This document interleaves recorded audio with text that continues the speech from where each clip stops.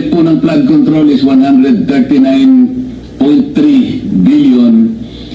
Pero nung magawa na po yung GAA, naging 208.9 billion. Kami si Pacifico F. Discaya II and Cesara Rowena Discaya, mag-asawang nasa tamang edad, parehong Pilipino. St. Gerard Construction.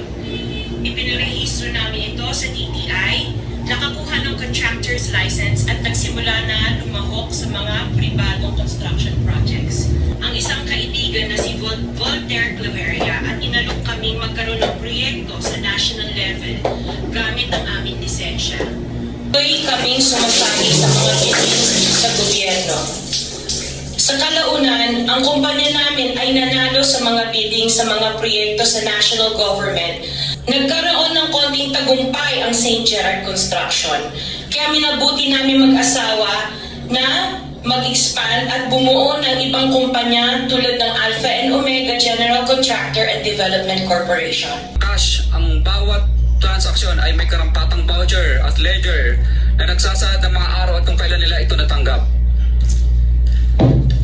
Ilan sa kanila ay sina Terence Calatrava, former Undersecretary of Office of the Presidential Assistant of the Visayas of the Philippines, Kong Roman Romulo of Pasig City, Kong Jojo Ang of Usmag Ilonggo Party List, Congressman Patrick Michael Vargas of Quezon City, Kong Juan Carlos Arjo Aitaide of Quezon City, Nicanor Nicky Periones of Aga Party List, Congressman Marcelino Marcy Teodoro of Marikina, Congressman Florida Robes of San Jose del Monte, Bulacan, Congressman Eliandro Jesus Madroño of Romblon, Congressman Benjamin Benji Agarao Jr., Congressman Florencio Gabriel Bem Noel of Anwar Party List, Kong Leo de Ode Tariela of Occidental Mindoro, Congressman Reynan Arrogancia of Quezon Province,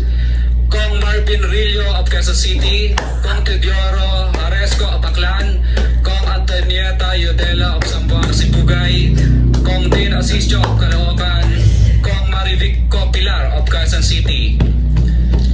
21. Mayroon ding mga kinatawa ng ilang politiko na nakikipagtapos Nakaka-proud kayo, pabalato naman.